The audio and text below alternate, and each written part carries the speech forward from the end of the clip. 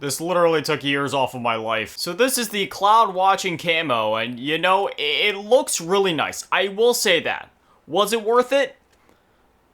I don't know. You unlock this for completing the new Purgatory event in Warzone, and I'm just gonna say this, okay? I completed the event within a day, and that was probably a terrible idea for my mental health. I don't have any friends, I don't have any family. I play Call of Duty completely solo, and this is the one time where that might have been a bad idea. Most of the challenges would probably be easier to get done solo anyway. It's just the fact that if you're trying to do this legit without boosting, I wish you luck. Thankfully, we do have a month to complete this event, so, I mean, they did give us more than enough time to do it, I guess. It's just, again, I did it all within a day, so... Maybe it's my fault that it was so painful, but let's just go over the event itself. Then maybe you'll see why this sucks so bad. Now, despite the fact that this event is so painful, there are some pretty nice rewards along the way that we're gonna get to. So, the challenge is to reach Torment Level 2, which gives you an emblem. The next one is to spend 5 minutes outside the safe zone without killing another operator, which gives you another emblem. Next up is to get 50 mercenary kills while using the Terraball, which is terrible, or while in a vehicle, which gives you a calling card. Next up, you have to commend 5 operators while in the safe zone, which is really easy, gives you a calling card. Next, we have an animated camo called Inner Demons, which to unlock this, you just need to get 5 operator kills while in a vehicle. Not too bad. Next up is, the worst challenge, which took the longest out of any challenge in here. And this is to get 3 operator kills while using the Terraball. For this, you unlock the still beating animated camo, and while the camo itself does look very nice, this challenge is not very nice. Next, you need to teleport 15 times using the portals, which gives you a charm, not too hard, and then pilot the flying shipment. Well, once again, that's really easy. You just have to land on the flying octopus in the sky, find the control terminal, fly it for literally a second, then you unlock this, which gives you a charm, and then... yeah, once you complete all 8 of those challenges, you unlock the Cloud Watching Camo, which again, most of these are relatively easy. It's just the Terraball challenge where I thought I was actually going to go insane. Again, I did it completely legit without boosting, and if you're going to do this challenge, normally I never say that. I mean, I honestly, at this point, who cares? With how many challenges we've had to do this year, I don't care at this point. If you have to use unlock tools, if you have to boost, just do what you gotta do to get this. Anything to avoid using the Terraball. We'll go ahead and check out the other camos while we're at it. So this is the Inner Demons camo, which, you know, this one looks pretty cool. You know, you got like the white the thing flowing throughout the... I'm not exactly sure what those things are. They look like petals of some kind. You also got like the little mouths on it or whatever those are. I can't even distinguish what's on this camo. There's like eyeballs or something. And then this is the Still Beating camo, which, yeah, this one is actually like really cool. I will be rocking this one long term. If I had to rank them in order of which ones are like my favorite, I'd say it goes Cloud Watching as my favorite, and then Still Beating, and then Inner Demons. They're all pretty solid camos, but that's just, if I had to rank them, that's how I'd rank them. But as if the Terraball challenges in the Purgatory event wasn't bad enough, if you want to drive yourself insane just a little bit farther, there is an unlisted secret blueprint you can unlock, and it is very secret. Like, there's nothing in the menus that tells you how to do this. I only found out about it because I came across a YouTube video, and in the title, they were like, unlock this secret blueprint in the Warzone Purgatory event, and yeah, this is the Gore Cannon, and to unlock this, you have to reach Torment level 5 and then stay alive for 5 minutes. Basically, to reach level Torment 5, you can either do it legit by killing a ton of operators, killing a ton of mercenaries, all this, or you could just go pick up a scare package, which is what I did. Pick up a scare package, hope that it's one of the ones that gives you a Torment level 5, and then either go hide in the water, which I don't know if I could really recommend that because mercenaries are going to come find you and shoot you, but if you find a sweet spot, maybe you could do it. Otherwise, just do what I did and find a pretty low-key spot where nobody's at on the edge of the map and just try to camp in the sewers or just kind of like camp in the corner of a building somewhere and just hope that nobody comes and shoots you. If any mercenaries come, I mean, again, pop them, obviously, but... yeah, this one also took a bit for me to unlock, but thankfully I was able to get it, and, I mean, it's kind of disgusting. I don't know how much I'm actually going to use it, but at least I got it. And as if all that wasn't enough, I did end up grinding out Interstellar and Borealis for the new weapons, so here is the Kastov LSW LMG with Interstellar, looking beautiful as always, and then we have the D-tier DTIR 3006 here with Interstellar camo as well, and once again, looks absolutely gorgeous. It is mapped very beautifully to the weapon, and since I'm rocking the 40-round extended mag on here, I don't know, it just makes Interstellar look even bigger on this weapon because there's more space for it to take up.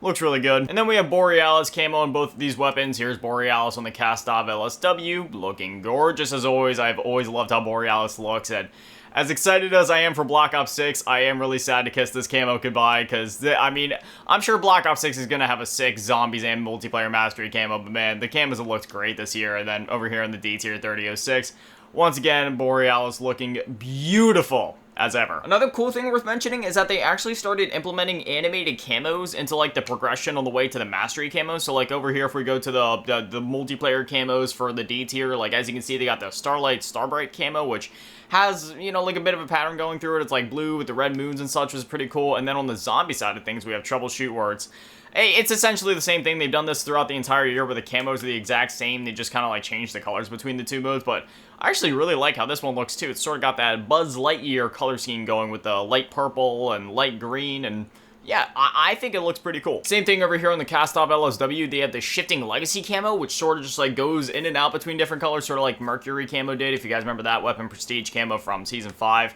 And then going over here to the zombie side of things, they have the Pixel Perfect one, which, yeah, you know, the colors are kind of wacky.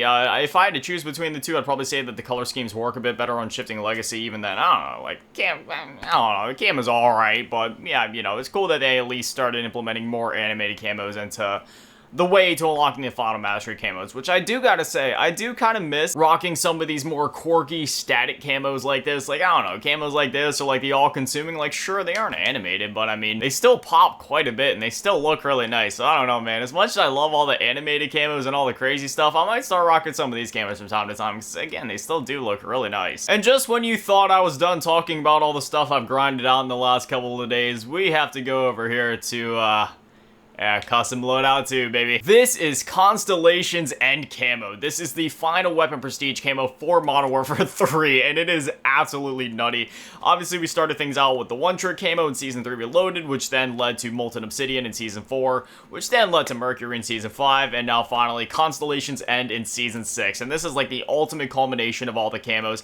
Last season, they started to kind of tease at this idea of the color shifting a bit with that like light pink to the dark, like, I don't know, purplish green color. But now it's absolutely insane. You got the purples and the pinks shifting to the greens and the blues to the oranges and the reds. It's absolutely insane. I will say it's going to take you quite a bit of time to unlock this for every single weapon. If I'm going to be honest, this is the only weapon that I've unlocked Constellations End for, just because it is quite time consuming. And I mean, the next weapon I'm probably going to go for is probably going to be the BP-50, and then the FJX Horse, and then the STG. I'll probably get it for like the Moors or the Car 98K as well, but man, outside of that, I don't know. It is it's quite a grind. So to unlock Constellations End camo, it's pretty easy. You just need 300,000 weapon XP, and it's probably just, you're probably thinking like, oh, 300,000 weapon XP, you can probably get like 5 to 10k per match, right? Yeah, like sure, it'll be a bit of a grind, but especially if you're popping double XP tokens, no problem, until you realize you need to unlock 150,000 XP, and then it resets you to 0, and then you need to unlock another 200,000 XP,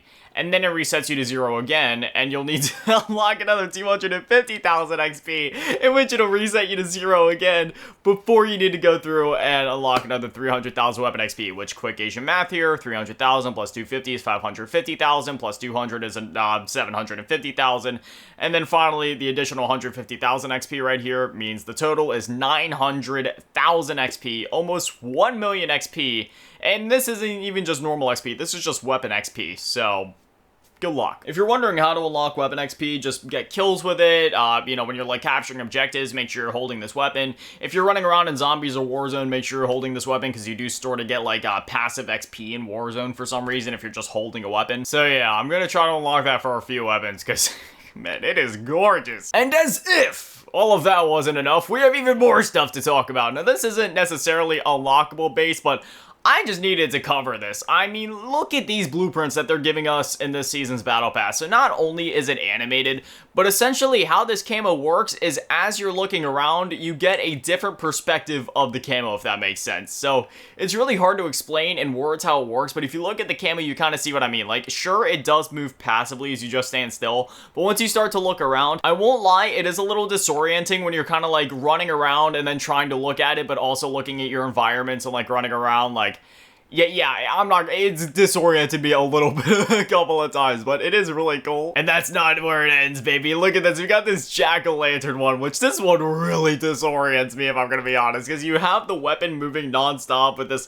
pattern that's like slowly sliding down the screen, except it's not sliding down the screen, it's just sliding down that part of the weapon, so you look at it while you're moving around and you're trying to focus on it, and Yeah, again, it's a little disorienting, but it's really cool. I really like it. We're not gonna go over every single variant like this, but they have a ton of them in the Battle Pass. It's also worth noting that in like 2 or 3 days from the time that this video goes up, we'll have another event that I'll be making a video on, because they have the Walking Dead Road to Terminus event, and this isn't gonna be like one of those challenge-based ones where you can complete it in like 30 minutes tops. It's gonna be an XP one, so it's probably gonna be a bit more of a grind. If it's gonna be anything like the last couple challenges, I'm gonna call it right now.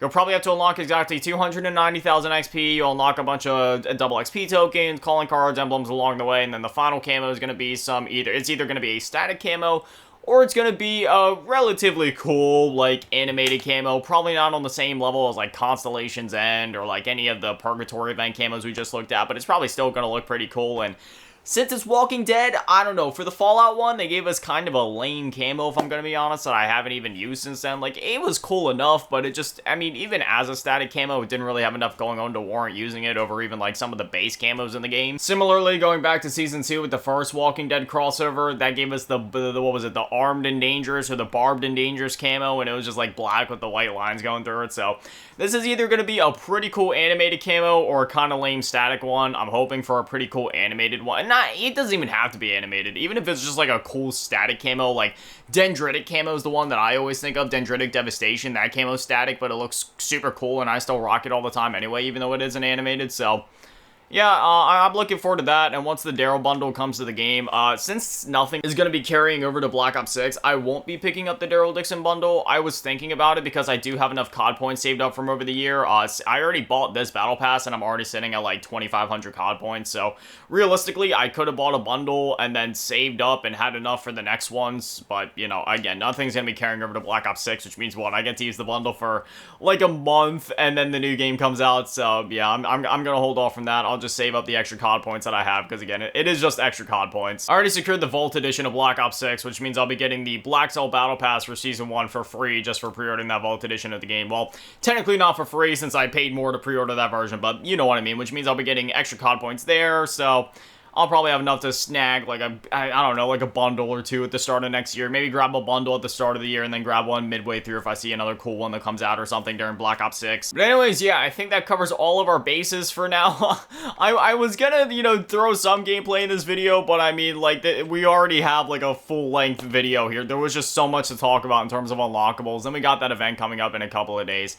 And we'll have the new weekly challenges going live in 2 days, which will give us a cool new aftermarket part and officially put us at the halfway mark of unlocking the new seasonal camo, which is pretty cool. And oh yeah, another thing you guys might have noticed is that this video is being recorded in 30 FPS, and that is because if you watched my last Call of Duty video, something weird happened midway through the video, or my capture card had a spasm, and it basically like messed up my computer for a bit there.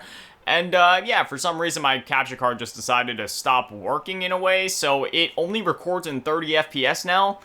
I'm not sure why. It was a really cheap capture card, so I guess that's what I get. You know, I was able to record in beautiful 60 FPS for, like, what, 2 or 3 months, and now we're back to 30 FPS like I was with my old capture card anyway, so I can either cough up the money for a new cheap capture card, or I could save up for something like an Elgato, but, I mean, I don't know, man. At this point, I'm about to just buy another copy of Modern Warfare 3 on PC and just record with OBS natively on the screen, because as much as I prefer playing on console, and I'd much rather record over here, man, like, the amount of capture cards I've gone through at this point, not even necessarily the amount of capture cards I've gone through, just the amount of issues that I've had with capture cards at this point, like, something always goes wrong, so, I don't know. I guess it's time that I just save up for an Elgato. Those things are like, what, $100, $200 plus dollars? I mean, I don't know. I'll save up for it. I guess I'll get one. But anyway, as always, massive shout out to all the Patrons and channel members. Thank you to all of you in the low ball tier. And a big shout out to the big ball tier and the last game to admin the channel on GTA Run Eventually. Thank you guys so much, guys. Are literal legends. I love you. Have an amazing day. Stay beautiful. I love you all. Peace.